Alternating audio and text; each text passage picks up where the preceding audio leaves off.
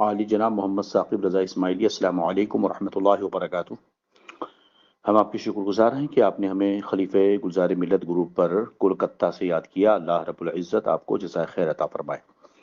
فقیر قادری گدائے نظامی بدر الدین احمد خان رضوی مصباحی آپ سے مخاطب ہے۔ یا داوری کا بہت بہت شکریہ۔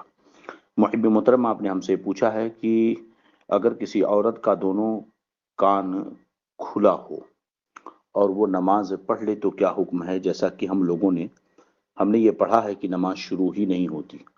جواب عنایت فرمائیں۔ محب مکرم، ہم نے آپ کا سوال پیش کیا، جواب سماعت فرمائیں۔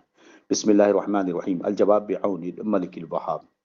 صورت مستفسرہ میں عورت کی نماز نہیں ہوئی جو آپ نے سوال کیا، بلا شبہ عورت کی نماز نہیں ہوئی، کیونکہ نماز میں عورتوں کا اپنے کان کو چھپانا یہ فرض ہے۔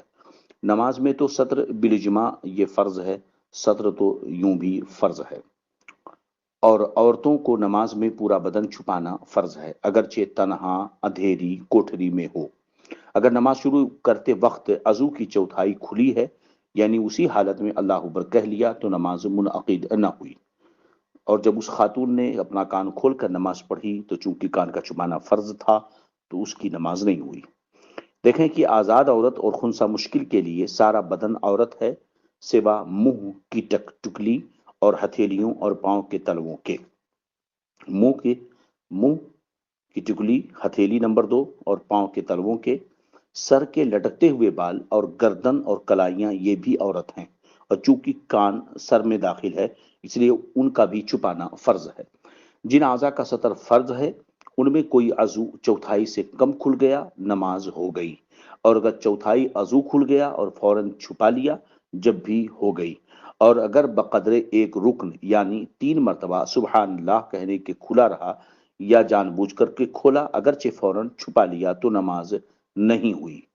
اگر نماز شروع کرتے وقت عضو کی چوتھائی کھلی ہے یعنی اسی حالت میں اللہ اکبر کہا تو اس کی نماز منعقد ہی نہیں ہوگی۔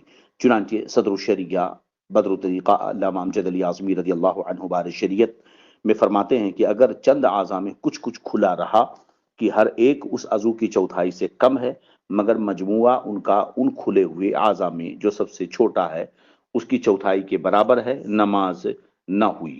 مثلا عورت کے کان کا 9واں حصہ اور پڈلی کا 9واں حصہ کھلا رہا تو مجموعہ دونوں کا کان کی چوتھائی کے قدر ضرور ہے، نماز جاتی رہی۔